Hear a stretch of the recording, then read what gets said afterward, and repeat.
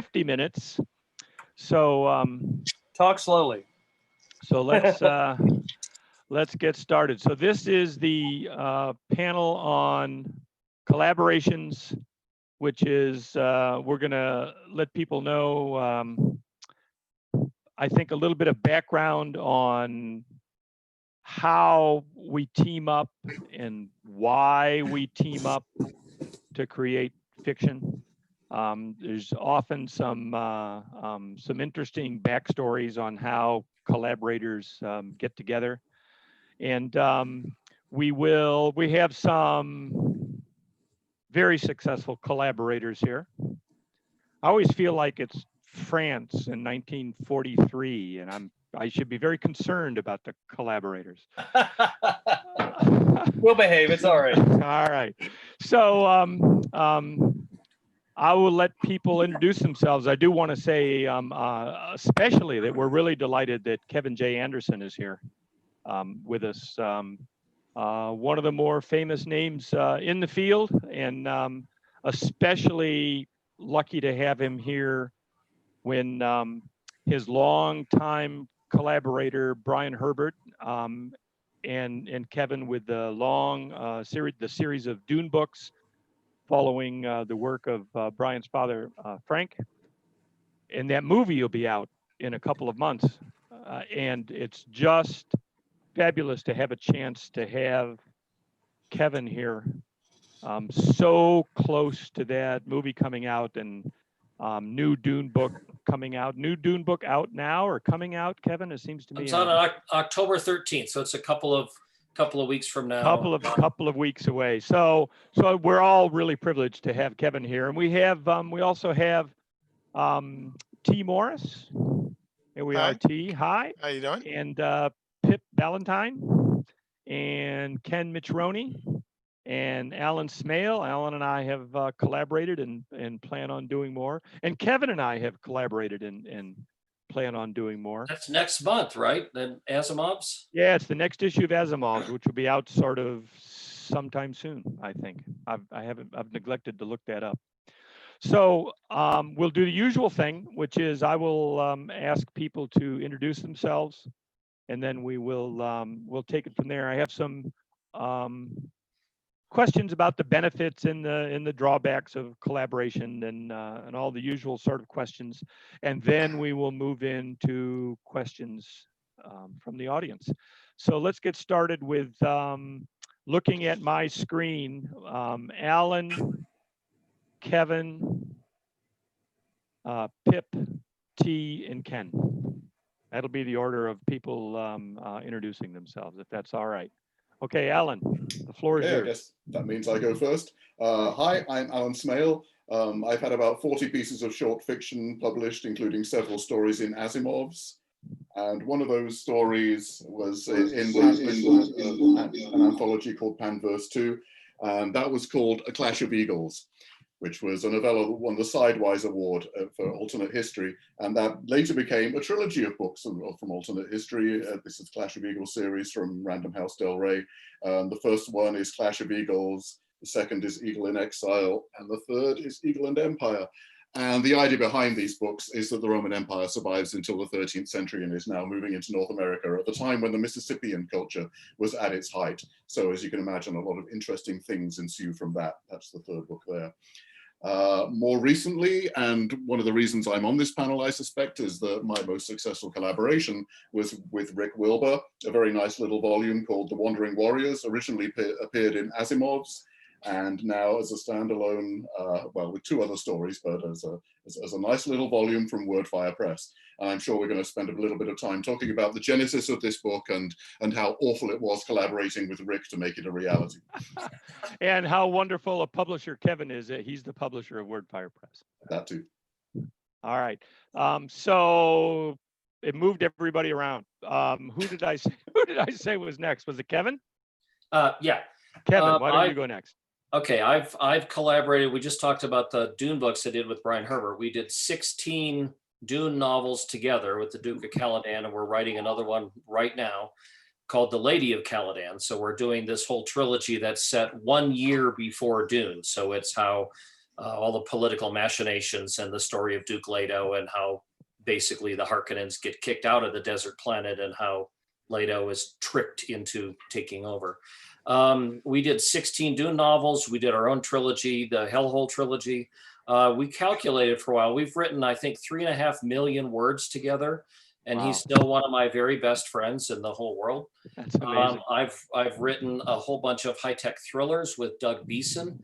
He's a PhD physicist and a retired colonel in the Air Force, used to head Space Command. So there was a real reason for me to collaborate with him because he knows all kinds of really smart stuff that I don't. So that worked out. I was the very first person ever to collaborate with Dean Koontz. We wrote a book together and it sold 1 million copies in the first year, which is special for me. It's apparently normal for Dean, but that was exciting. And I've written, I think, 35 books in collaboration with my wife, Rebecca Mesta. And we just last week had our 29th wedding anniversary. So that collaboration has worked okay as well. That's enough. Next person. Next person. All right. So is it Pip or Philippa? Which do you prefer? Either's fine. All right, either. It's easy to pronounce. All right. Well, since Your we turn. collaborate under, I think since we collaborate under Pip, why don't you go by Pip for this one? Okay, Steampunk, Pip. yeah, for steampunk. All right. Yeah. Great. So I'm not from around here usually. I'm living in Virginia, married to T.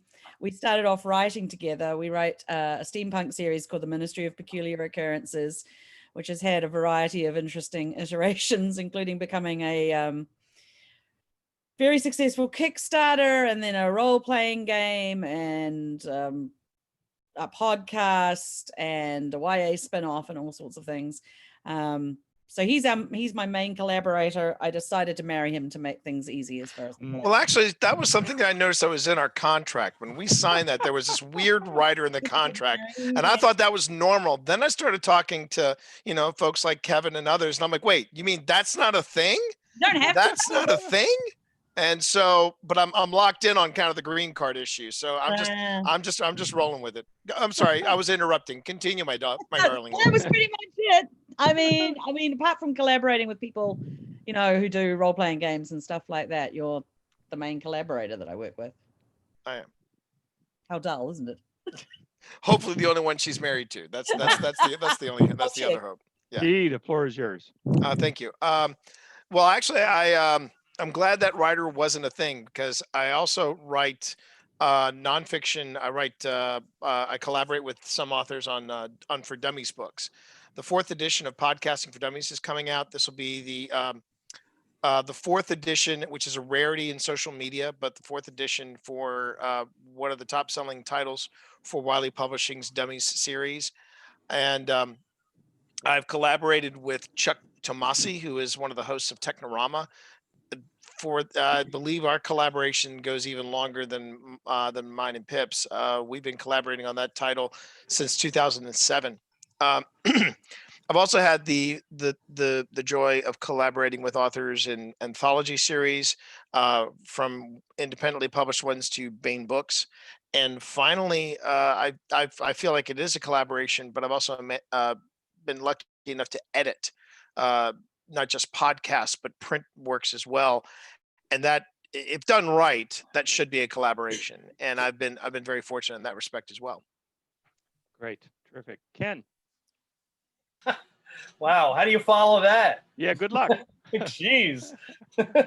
Anyway, Ken Mitchroney, I've worked and collaborated. Our latest collaboration was with Stephen Arboyette on the novel Fata Morgana, where I usually get him jobs in animation. He grabbed and pulled me into the literary field. So, but I worked on a lot of television shows, movies, what have you.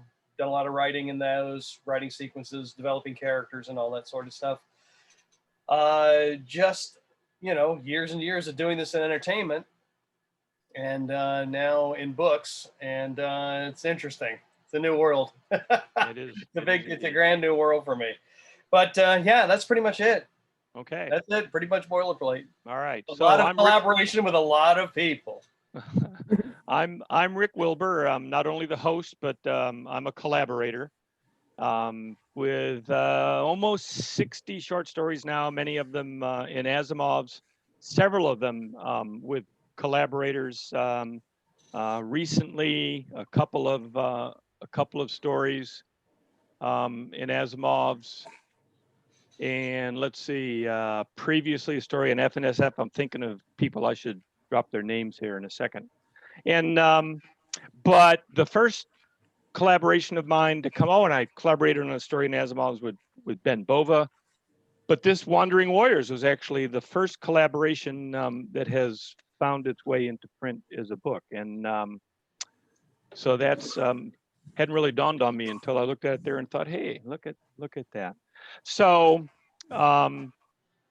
let's get started. Oh, I should mention that I'm on the faculty at Western Colorado University, the low residency MFA in creative writing, and in the genre fiction program, and where Kevin is also at Western Colorado University, and he's the director and founder of the very innovative MA in publishing, a low residency MA in publishing that has been enormously successful. He has people knocking down his door trying to get into that program.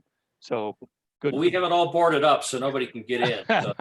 Just to make sure. We've seen All right. zombie apocalypse movies. So. All right, so let's get started with a couple of questions. And I guess the first one, and it's very obvious, but I think we need to state that, is what are the benefits for you of collaborating? Why would you want to? Authors are most frequently sort of solitary souls up in an attic somewhere, or staring out the window and writing all by themselves. And yet here we are sort of celebrating collaborations. So what is it that prompted you, what is it that's useful for you? What are the benefits for you of collaborations? And how about we start with, I'll just go down the row. So Alan, you're the first one. I know you've done other collaborations. Yes. Yeah, as you say, writing is usually a very solitary thing. And so it's actually fun to break out of that and do and write with somebody else and throw ideas backwards and forwards there.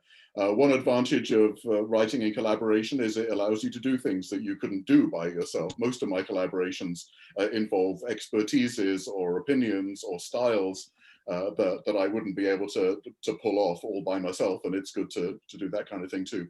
I'm a scientist by training, by background, and a lot of science is collaborative. And so that's a way I'm very used to working. I'm very used to working with teams to pull something off with a group of people who are all very excited about the same project and all trying to do the best they can on that project. And it's nice to feel that energy when I'm writing as well. So yes, I've had several other collaborations, including the Rick collaboration, some unpublished as yet, and some that are going to be published fairly soon, I should imagine, although we're still doing the editing on some of them. So yeah, and in fact, each of the collaborations works in a very different way. There's no one way that I collaborate with other people. Each one is actually very much tuned to the kind of people we are and the ways we like to work and the ways we like to throw ideas back and forth. So essentially, it's a lot of fun. I wrote the Clash of Eagles series was 500,000 words written over about 5 years. And that was something that was very solitary and very intense, although as T, I think, said, a lot of things are actually collaborations, and I feel like my collaboration with my editor, Mike Braff at Del Rey, was enormously helpful in bringing those books out. But yeah, collaboration is fun. Collaboration allows you to do things that you can't do by yourself. So that's as long as you mentioned it, I had lost Brad Aiken's name. He's a guy I've collaborated with a couple times for stories in Asimov's. Brad is an MD, a doctor, and that's one of the things that we have helped each other with, is we bring different things to the table. So Pip, maybe the two of you should like speak as one on the benefits of collaboration. I don't know. When do husbands and wives ever speak as one? I was going to say, would not be the point. first time. Would not be the first time. I mean, one of the things that I particularly enjoy is the brainstorming activity that goes on when you're bouncing ideas backwards and forwards, you get a lot of things back that you might not have thought of yourself. And so it can take the story into a different direction if you're looking for excitement and adventure in your plot. Right. Yeah, I think the difference between when we're working on solo stuff and we're bouncing ideas off one another is where I can make suggestions. If Pip asks me for a suggestion, I can go on ahead, make a suggestion. She will either run with it or she won't do it at all. In a collaboration, it's more about working together and working through something in a situation. And that can sometimes be good. Sometimes it can be hard, especially when you're married to your partner. I remember one particular night, I was real tempted. I was thinking I might want to sleep on the couch because it was in the first book of Curse of the Silver Pharaoh, and I had to do some serious rewrites. And when Pip got the file back, I can honestly say actually I take that back. The last time she looked at me that angrily, it was when we were collaborating on the DIY project when we were renovating our bathroom. And but even then it was just it was a rough night. That was a rough night. And I remember the next day she just was like, I read over your notes again. I'm sorry. I don't recall that. I do. Boy. Oh, I do. I do. Boy. I do. Oh my. I do. I never said you're right. No, you said you were sorry, but you didn't say I was right. That's the difference. Are you two in the Mute their same? microphones. Yeah. Are you two in the same house right now? Yes. Presently, no. Yes. Presently, no. I'm in an undisclosed location right now. Okay. I'm expecting her to throw a glass of water your way and I'll be see it back in a land on you second. in the other. I was going to say, it looks like he's still on the couch. You know? Yeah. That's great. All right, Ken. Well, Benefits. it's interesting. I like the game of catch. I like that back and forth. You know, it's wonderful. And if you see, being in story and features, you spend 3 years playing that game of catch with somebody and going down these different paths. Like playing the new Zelda, you kind of go, you're like, oh, what's over here? No, you'd be playing the game. Yeah, but so what's over here? That's kind of cool. I like that. But what I really like is when I'm working with Steve, he's a great mixologist. So that's already a win because, hey, author, alcohol, what do you need? A roadmap? But he's pretty awesome at that. And once we block everything out where we're going, then he'll start. And then I'll come in and just start moving the chess pieces around, or he'll go down this dark alley. You know, he'll write himself into a corner, and then I'll show up and I'll go, well, she should be doing this. And he goes there, and that motivates these to go here to that. And he just looks at me and says, God dang it, where were you 4 hours ago? You know, you just love it, you know. And then he'll do the same thing to me because he'll come, I'll sit there and I'm like, we need a button. We got to have a button. We need a page turner at the end of this thing. And he'll just say, yeah, but what about this and that? And I'll just go, God, Good. I love that. All you know, right. that's what I like. I love the collaboration so much. Okay, Kevin.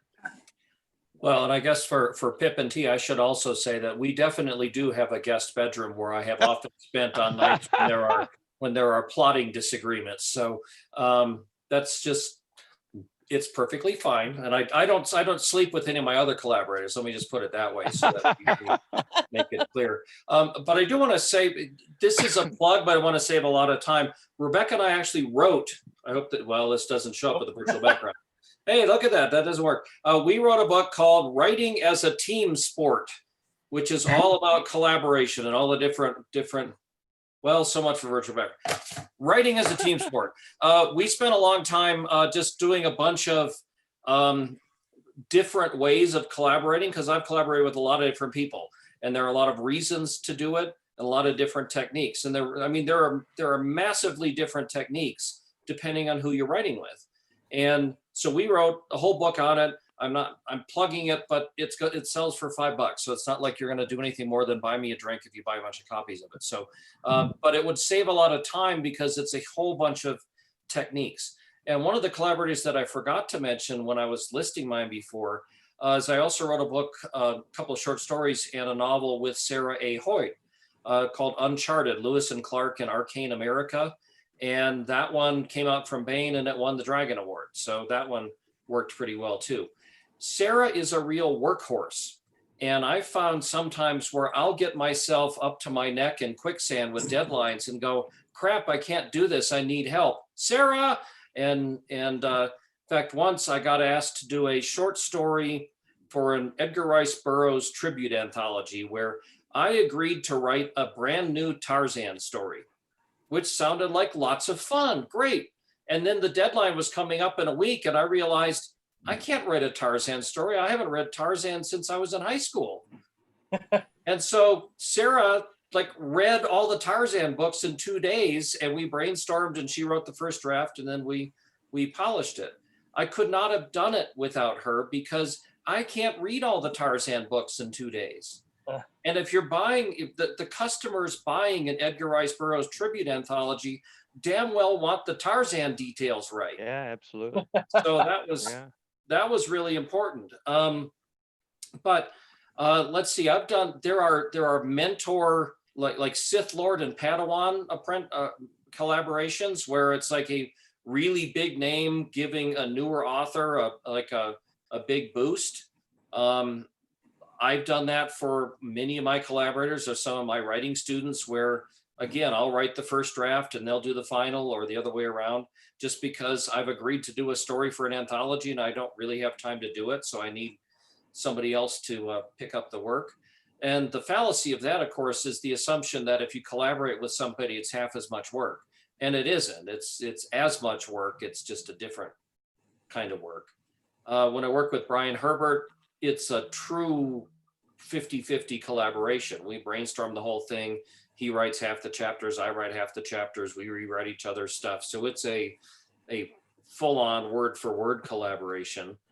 The one I did for Dean Koontz, he gave me a draft of a movie script that he had, and I kind of novelized it, and then he added more scenes, and I added more scenes. And they're just different ways of doing it, and it depends on what the purpose is. And like I mentioned earlier with Doug Beeson, the guy's a PhD physicist. He knows, he works for the government, he works for the military. So if you're going to do Tom Clancy kind of stuff, you need somebody who's got that knowledge. It's not the kind of thing that you can Google and get it right in your fiction. So, and I'll throw this because it might start a different, I'm the last one in this round, right? So yes.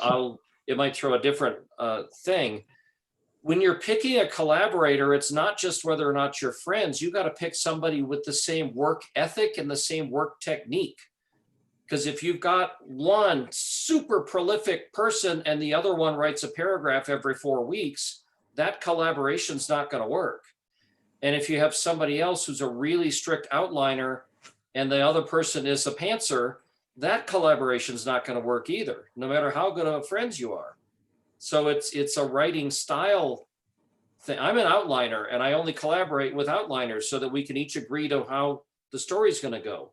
There are other collaborations that are like with two pantsers and they love it. So one guy just writes the first scene and somebody else writes the next scene and they just see where it goes. But if I outlined mine carefully and my collaborator just said, well, I threw out the outline and we're going to see where it goes, I'd kill him. So let me ask a question of all of you then along those lines. Have any of you collaborated with someone for sort of marketing reasons, that they're bringing their readership to you and you're bringing your readership to them, the two of you working together? I'm thinking of your Dean Koontz collaboration, Kevin. Was that because that was his readers are not normally your readers, or am I mistaken? Well, that wasn't the driving goal in that one. Dean was my mentor since I was starting out as a new writer. And by the time he asked me, I already had, I think, 12 million books in print. So it's not like I was an unknown, but he wanted somebody he could trust to take his script and turn it into a novel. So that was I'm not going to say that I didn't get some readers out of him. That was a great collaboration. But Yeah. in fact, Yeah. by your question, though, it's probably more relevant with the Brian Herbert thing, because if you're going to do a Dune book that's authorized by the Herbert estate, you kind of want Brian Herbert's name first, which is Sure. it's an obvious thing. But Sure. Anybody else with? I would actually say that that was something that I would say that's something we've done with not just our podcast of Tales from the Archives, where we invited other authors of various backgrounds to come in and play in our sandbox. But I know that when we did the Ministry Protocol, which was the accompanying anthology with one of our Kickstarters, we did bring in some heavy hitters in steampunk. At that time, Delilah S. Dawson was one of the heavy hitters. So was Karina Cooper. We had some really good people involved. But to be fair, we didn't tap into any of these authors because of their following, whether it was larger or smaller than ours. We tapped into these authors because we trusted them. And I mean, I'm just going to be frank. Pip and I, over the years, have met at conventions and at different writing events some extremely talented writers.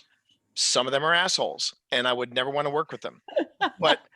But oh, come on, like none of you have ever thought that. Like none of you have ever thought that. Please. People you wouldn't collaborate with. These are people that we wouldn't collaborate with, because really at the core of it, and I've been burned about this. I have been burned by this. If you don't trust your author in a collaboration, then there is, I mean, I think just to add to Kevin's list, that's another thing. You know, you got to make sure not only are they, whether they're a plotter or a pantser, whether they work in large sprints or small sprints, if at the core of it you don't trust that person, then there is no reason to collaborate with them. And like I said before, as an editor, I've had the opportunity of collaborating with a lot of different authors, and that experience taught me a lot. That experience has taught me that there are authors that I will bend over backwards to work with again. There will be authors that if someone says we would like for you to do a collaboration with this author, I'm going to be like, how much does it pay? And whatever they say, it's going to be like, not enough. Mercenary response. Pretty right? much. Yeah. Pretty much. Alan. No, I've never done it for commercial purposes. I might be willing to do it for commercial purposes, but I haven't yet. I've done 4 or 5 collaborations with people so far, and it's been people who I've liked. It's people I've wanted to work with. You and I were challenged to write a story about Roman baseball, and I really liked the weird idea of that, like Roman baseball. We couldn't possibly write a story about Roman baseball. Basically, the backstory here is people that I was the guy who wrote about Romans, and Rick was the guy who you couldn't stop writing about baseball. And people were like, you guys should get together. You both won the Sidewise Award. You have somewhat similar styles. You seem to think like each other. You should write something together. We were like, Roman baseball, that could never ever happen. There's no way.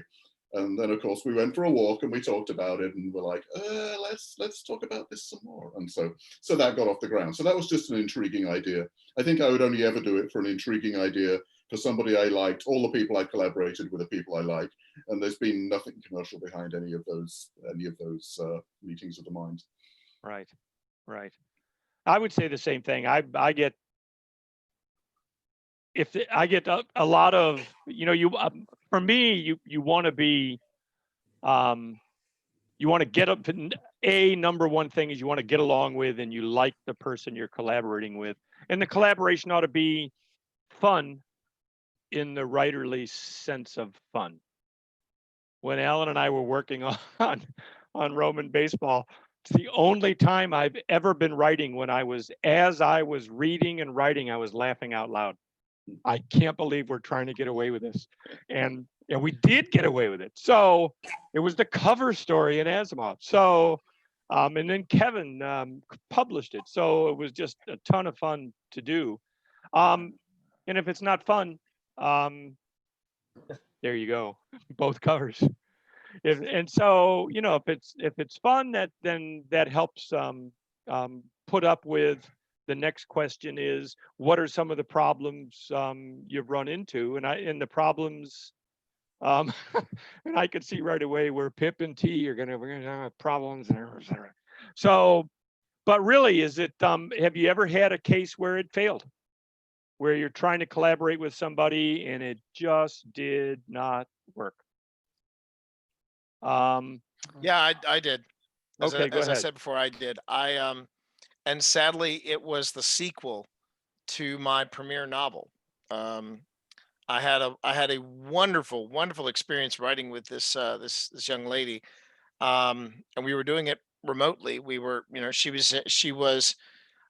started off in Thailand and relocated to Sydney, Australia, and and I was in I was in the DC area at the time, and the two of us wrote this massive epic fantasy together, and we had a ball.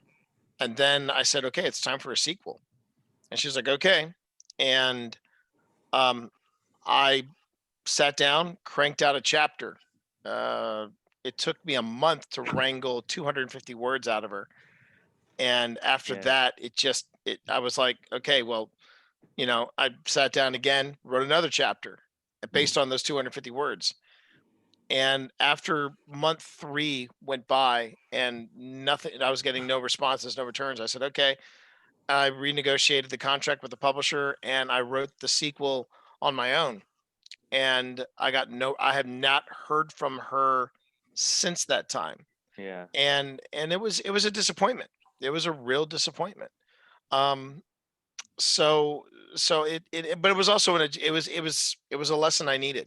Yeah. As a writer, it was a lesson I needed, that sometimes you can't catch lightning in a bottle twice. Yeah.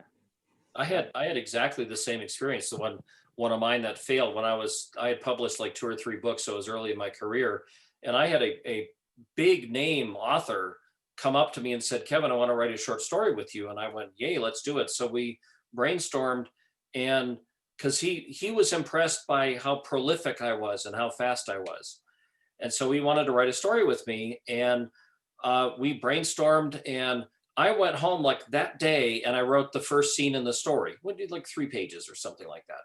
And I sent it to him, and exactly like T's story, a month later, I get like a paragraph back. So I took that paragraph, and then I wrote the next scene and I sent it right back to him. And 2 months later, I'm still waiting for it. And finally, I just said, this isn't going to work. This is taking more time than a novel takes. And he said, well, it didn't work, but I wanted to collaborate with you so I could figure out how you write, how you're so prolific.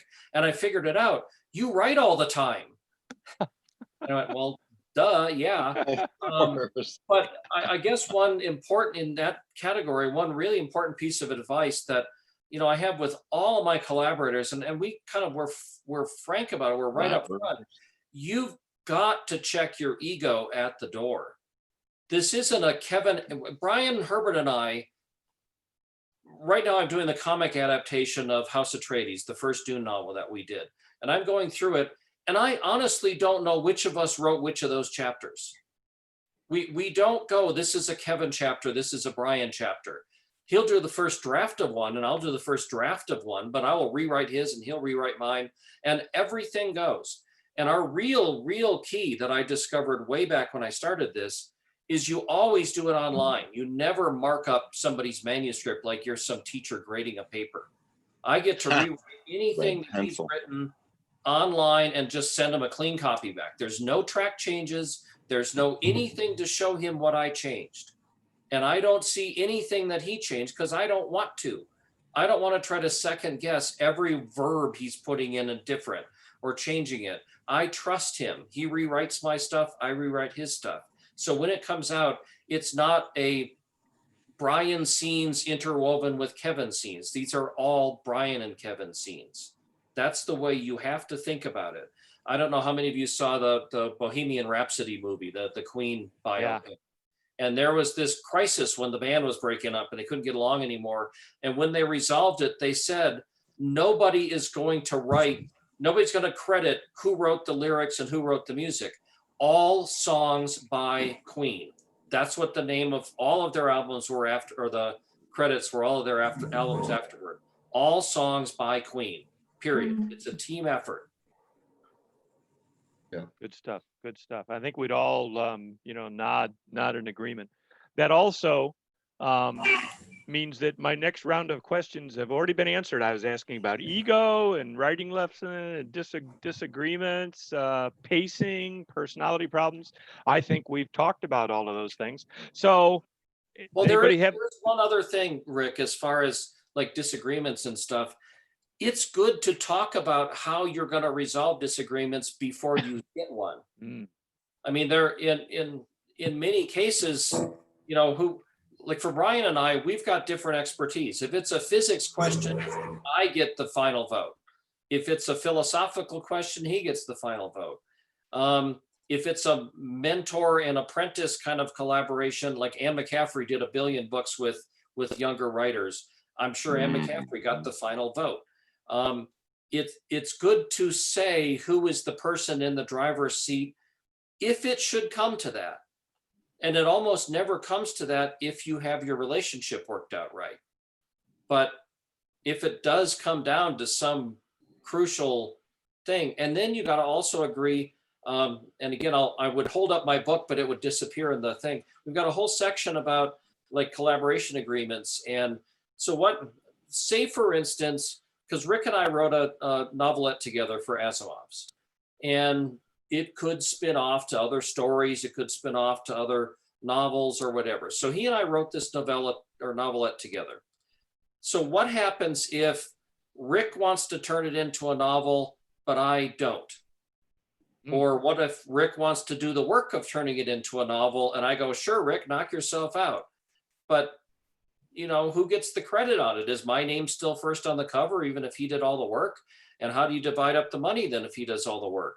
What if, like T was mentioning, what if Rick and I collaborate on a novel and we set up this great steampunk vampire balloonist series and everybody loves it and it becomes such a hit and we write 5 novels together and it's great and it's taking off, but I've got a Dune movie and then I've got a TV series, I've got everything else, and Rick, I don't want to write any more of those books, but the series is still taking off.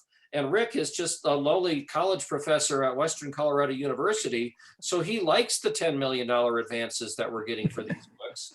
And well, I tell you first, Kevin. I don't want any goddamn more sandworms. They're not steampunk. All right. Steampunk sandworms is just, and they go in airships and sandworms don't have gears. I'm telling you. So, but I mean, that's an actual question. Yeah. Come up with a series that is hugely popular, and one author dies, or one author just doesn't want to do it anymore, or one author is convicted of child molestation. I mean, there's all kinds of things that can really screw up a collaboration. But what if the series must go on? And I'm not going to give you answers to any of those because you got to work it out yourselves. Right. And the spice must flow. Yes. Yes, that's the most important thing. We have 10 minutes left. If anybody has any questions, now would be a good time to ask your questions. I don't see any questions in the chat. I don't see anybody waving their hand. Yes, Terry, you have a question? Yep, I was trying to find my mute button. Okay, so one of the questions I was curious about is, let's say that you are a newish author and you want to collaborate with some big name person because of aspects, right? Because then, you can get your name associated with some famous person and then, hopefully get your name out there. So how about looking for that kind of setup if you were the no-name person? How do you make that happen? Is that the question? Right. Yeah. We're getting a little feedback noise. I am anyway. Hold on. Okay, yeah. That was my question. How would you start off in that process of, I want to find someone to be my mentor? That's a tough one to answer, actually. It's kind of, well, I'll let others try it. Sorry, Kevin? It sort of comes organically because just what I was going to say. I mean, I run the Superstars writing seminars and I've got lots of I mentored lots of writers, and like I said about Sarah Hoyt, she's not a no-name writer, but I've known her since she was just starting out. And I've had cases where I get stuck and I need to find somebody to help me co-write something. And I go to the people that, as T was saying, I go to the people I trust, people that I know are hardworking, that are just really hungry for a break. They want to have their credit in something. And you know their writing, right? Yeah. And you got to, and their writing style. So if somebody is the most floweriest prose and full of metaphors and rambling sentences, is not going to match my pretty straightforward action kind of writing. So, you look for something like that, but I don't think there's like a bulletin board that you put up saying, I want a big author to collaborate with me. You have to make your connections and get to know them. Yeah, is this a matter of, and the other panelists can kick in, is this a matter of, this is why you go to workshops, and this is why you go to gatherings of writers, and go to the conference and the Fantastic, or whatever you do, so that you can sort of begin to make the connections with people that might ultimately, although if that's the reason you're there, everybody will sense that instantly. I was gonna say, Yeah. we're kind of going into a real slippery slope. Yeah. If you're going to workshops, you're going there to prove your craft, whether it's to be a better marketer, whether it is to be a better writer, or whether it is to be a better editor. That's why you go to writing conferences, and why you attend workshops, is so that you can improve your craft, or build on your skill set. The best thing is to really strike up a conversation, strike up a rapport. Don't try too hard. I mean, yeah, that's the key. I mean, Yeah. I one person in particular, she's called us her mentors, and yet I would never consider that of this one writer. And she went on to win the to win a prestigious award from the Toronto Playwright Festival. And really, we just call her our Canadian daughter. I mean, she's just somebody, and she has collaborated more with us in the Ministry of Peculiar Occurrences, both as a short story author, and as one of the people that helped us develop the role playing game. She's always been there. And even though I guess you could say we were her mentors, I would also I would add, you were just kind, and and we were there, and now she's going on to bigger, better things, and we're just like, yeah, just don't forget about us. Make sure you got a guest room here, and that's the way it is. I think it's just developing relationships, not Yeah. necessarily with an eye of like, I'm going to use this person to boost my career, because people sense that stuff. Oh, they sense that a Straight mile away. away, a mile Oh, away. yeah. Go to these events when we can have events again. Develop friendships and connections that way, rather than necessarily looking for the short term. Right. I hope that helps, Terry. A little bit. Oh. Okay. All right. Any other questions? We have time for, I think we have 4 or 5 minutes left. 5 minutes left. Any other questions? No. All right. So then, looking at my notes. So how many, does it vary? I'm thinking of those of you here many of you who have had a lot of collaborations with particular people. Is it always 50-50, or is someone in charge of some of these stories and the other person is in charge of other stories? You mean So I don't know. Money-wise or work-wise? I'm thinking the driver of the story, the person who's most in charge of the story. Or I'd be really curious as to Pip's take on this. I'm really curious on Pip's take on this. Is this another couch answer? You're staying there, Nick T. Sorry. No, I don't really want to hear this. No. Well, No. I think it varies between us, who is in the drive. I'd say that I'm probably more in the driving seat in the young adult series because I instigated it, I guess. Whereas with the regular series that we did, it was more directly 50-50. In fact, when we first started writing it, it was finding our feet in the collaboration. T would write the male character and I would write the female character. And then it sort of organically wove itself together, as Kevin was saying, and became a thing now where we read it and we're like, did you write that chapter? Yeah, that's great when that Which happens. is always nice because then you're developing a style that's not Pip's or T's. It's sort of its own thing. Right. That's Yeah, brilliant. and again, that came from trust. When we, and the only time we've ever struggled is when we in our ministry books, we either had a chapter from Wellington's point of view or a chapter from Eliza's point of view.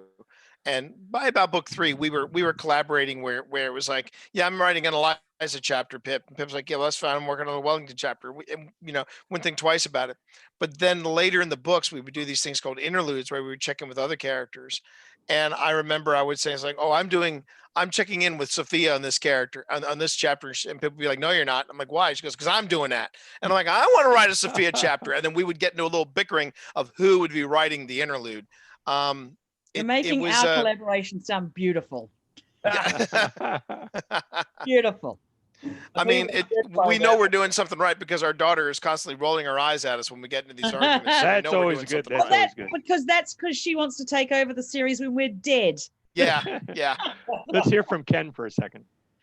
Yeah, I found out it's not so much 50-50 if the two authors agree on the main spine of the story. If the story is, if you know your beats and you know where you're going, then it's really casting and it's more, everybody collaborates. But if you agree on where you're going, your beginning, middle, and end, then it seems like it's pretty evenly spread out. Everybody gets a chance, but you do agree that you're moving forward, and that's a good thing. That saves a lot of heartache and a lot of fighting and a lot of where are we going?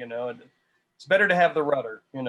Alan, seems to me that when you and I collaborated on the Wandering Warriors, we had two very different things we were bringing to that story. So it was really clear who was in charge of each section, right? I think that's true to a certain degree. The way we wrote it, as Rick knows, but the others don't, is Rick started out by sending 1,000 words and said, here it is, now what happens? And I did mine and sent it back to him, and we kept on going in that kind of fashion. And in some ways, although I think that we both actually do a fair amount of outlining in our own books, for this we didn't really outline, and there were some cases where Rick didn't know what I was going to do next, and I didn't know what he was going to do next, which was a very refreshing way of working. I think it was pretty much 50-50 in the end. And we did, although we brought our own expertises in, I would obviously take the first swing at many of the Roman things, and Rick would take the first swing at many of the baseball things. It wasn't always like that. And there were some baseball sections where I actually wrote, believe it or not, I'm a British person, I don't understand baseball, but I did write the first parts of I had to explain to him that baseball is one word, not 2 words. Yeah, no, I'm just kidding. There was a lot of fixing of terminology when the dumb British guy got things wrong. Yeah. And it's not batsman, right? All that kind of stuff. But yes, so we brought things together, but we did very much meld as we went along, and we both edited each other's work all the way through without any argument on either side, in a very organic and collaborative and non-arguing kind of way. And it was just a beautiful collaboration in that sense. And I would like to keep doing those. And we talk all the time about we're going to do a sequel. Yeah, and that's our like the first thing that we plan to do is a similar length a sequel, and we have it all planned out at least for 2 sentences. All right, go ahead. Yes. I've got a question for Ken. He's very visually oriented, whereas Steve Boyette is very, very literary oriented, very words oriented. Talk a little bit about that kind of collaboration between folks who see things in a different way, able to put out a novel. Well, we've worked together so well that it's easier for me to storyboard something really quickly and go, no, this is what I'm seeing. I'm trying to explain. I'm like, no, wait. And I'll just draw it out, being a visual thinker. They go, here are the drawings. This is the sequence. And he'll go, oh, dude, that's what yeah, okay. And then he'll cover it with frosting and make it pretty. But yeah, it's sometimes the visual writer is, if you have somebody who appreciates that, who gets it, then you can actually help. Normally, yeah, we'll do the sentence, we'll get the characters right, we'll do those things. But a lot of times you're just like, I have a picture in my head and I can communicate the picture to you and you can interpret it. And so that's right. basically it. Guys, we are about out of time. Has everybody had a chance to mention what people can look for next? Can I throw in one more comment before we go any further? That I did a lot of collaborations when I was a brand new writer. I would write short stories with other writers, and a lot of times they crashed and burned. But boy, did I learn a whole lot about writing by writing with somebody else. Everybody has a different technique, and I was just learning mine. And so when I was a new writer, I just had a lot of like writer friends, and I said, hey, let's do a story together. And we would do one, and most of them were bad, or we didn't even finish them. But I learned a lot about plotting or characterization or all kinds of things. And if you just do it as a short story and pretend it's fun, then you'll learn stuff. Yeah. So try it. Right. Yeah. Great advice. Great advice. Like it. Terry, Thank are we you, out everybody. of time? We are out of time. Yeah, we're out of time. Thank you everyone for coming and joining us today. It was a fantastic panel, and we did record this, so it'll be online later. And if you want to, Cool. Well, thanks, Rick. That's nice great. work. Everybody, thank you, everyone. very It was terrific. It was great to meet some new people, and it was great to see some friends and collaborators, and live long and prosper. I heard that somewhere. Thank you. Very good night. Thanks so much. Good night, everyone. All right. Bye, guys. Bye-bye.